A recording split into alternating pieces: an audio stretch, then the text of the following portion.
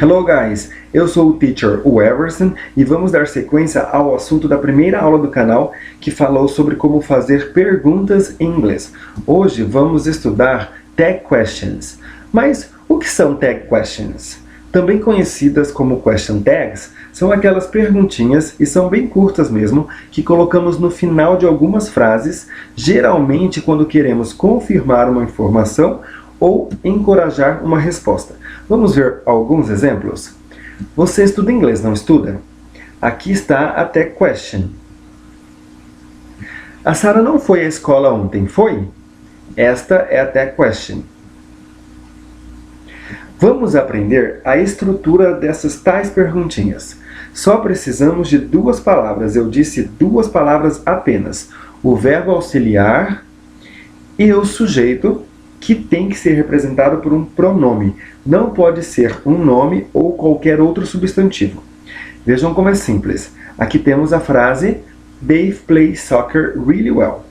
Como disse o teacher Rafael na aula 2, não usamos verbo auxiliar em frases afirmativas no present simple, a não ser que seja uma resposta curta. O verbo aqui tem S, plays, porque está conjugado na terceira pessoa, que aqui é ele. Mas como vimos na aula 2, na terceira pessoa, ele e ela, o auxiliar do present simple é does. Então precisamos do auxiliar doesn't e o sujeito he, porque estamos falando do Dave, certo? Vamos ver como fica. Dave plays soccer really well, doesn't he? O Dave joga futebol realmente bem, não joga? Será que vocês perceberam algo bem peculiar na estrutura das tag questions? Quando a frase é afirmativa, o verbo auxiliar fica na forma negativa. Seus pais já viajaram ao exterior, não viajaram? Vejam que o verbo da frase está na forma afirmativa e o auxiliar na tag question está na forma negativa. E quando a frase é negativa, o verbo auxiliar fica na forma afirmativa. Seu papagaio não consegue falar, consegue? Vejam que o verbo da frase está na forma negativa e o auxiliar na tag question está na forma afirmativa. E vamos prestar muita atenção a estas situações. Never é uma palavra com sentido negativo. Portanto, quando temos never, a frase é negativa. Sendo assim, a tag question será afirmativa. Agora vamos analisar uma estrutura diferente. Aqui o mais óbvio seria usar am mais not. O problema é que na tag question, o auxiliar e o not precisam formar uma palavra só. Portanto, temos que usar a contração. Por exemplo, ao invés de usar do mais not, temos que usar don't. Só que essa contração de am com not não é possível em inglês. E já que não podemos juntar am com not, usamos a contração are com not, que fica aren't. Atenção! Informalmente, vocês até podem ouvir por aí and or amt como sendo a contração de am com not. Mas isso não é considerado gramaticalmente correto pela maioria dos experts em língua inglesa. Então não é um padrão a ser seguido.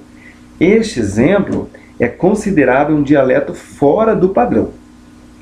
Temos ainda o verbo there be, que é impessoal, portanto não tem sujeito. Sendo assim, vamos usar o próprio verbo na tag question. Vejam um exemplo no singular e agora um exemplo no plural. Para sugerir algo usando let's, a tag question sempre será showy. Vejam como fica. Com frases imperativas, usamos will ou won't na tag question.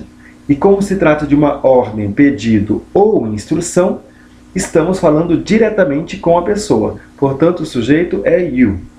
Vejam como fica. Quando o sujeito da frase é somebody, someone, ou nobody, no one, na tag question o sujeito será they. Vejam os exemplos. Nobody, no one, tem sentido negativo. Portanto, a tag question será afirmativa. E quando o sujeito da frase é something ou nothing, na tag question o sujeito será it. Vejam os exemplos. Nothing tem sentido negativo, portanto, a that question será afirmativa. E vamos à entonação, que vai mostrar o sentido da that question. Quando estamos certos a respeito de algo e queremos somente checar, confirmar a informação, a voz desce na that question. A voz fica mais grave, ou seja, fica um pouco mais grossa. This is not easy for you, is it? E quando não temos certeza e queremos realmente saber a resposta, a voz sobe na that question. A voz fica mais aguda, isto é, fica um pouco mais fina. This is not easy for you, is it? Vamos comparar novamente? Voz para baixo na that question. This is not easy for you, is it? Voz para cima na that question. This is not easy for you, is it? Pessoal, então é isso. Sigam o nosso perfil no Insta e fiquem ligados nas dicas de pronúncia. Gostaram da aula? Então curtam o vídeo, compartilhem com seus amigos e não se esqueçam de se inscrever no canal. Até a próxima aula. See you guys!